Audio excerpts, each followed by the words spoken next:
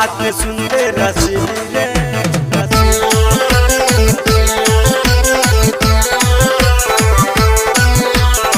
जितना कहबे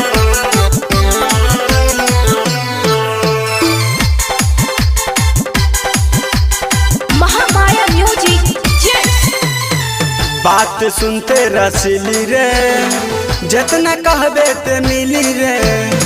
बात सुनते रसीली रे जितना कहबे ते मिली रे जबन देता ने थामल हाथ में सुनी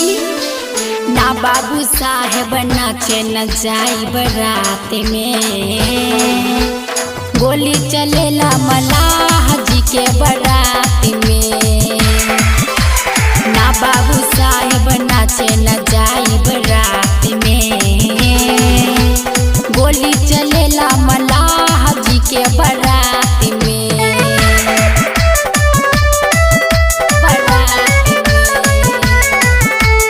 गोली चलेला मलाह जी के बरात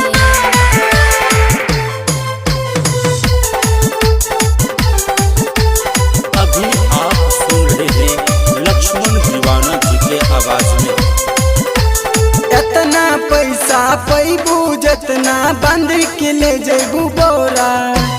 हमरा तो डरे लागत बरुए रुपये के लागल बा तोरा रुपये के लागल बा तोरा इतना पैसा पैबू जितना बंद के ले जेबू बोरा हमरा तो डरे लागत बरुए रुपये के लागल बा तोरा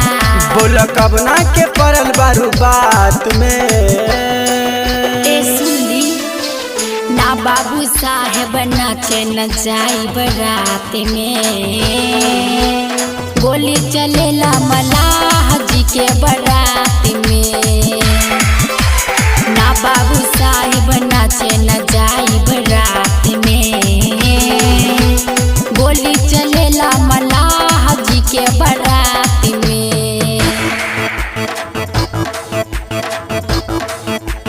गोली चलेला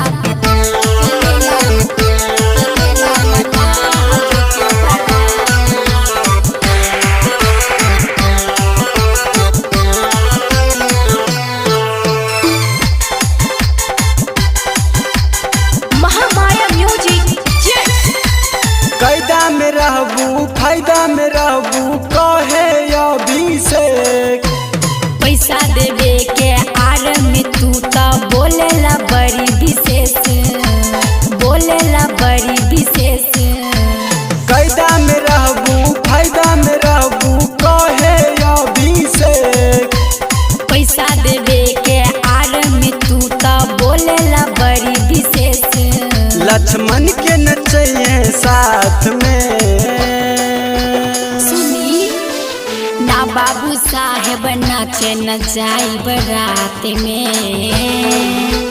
गोली चलेला मलाह जी के बरात में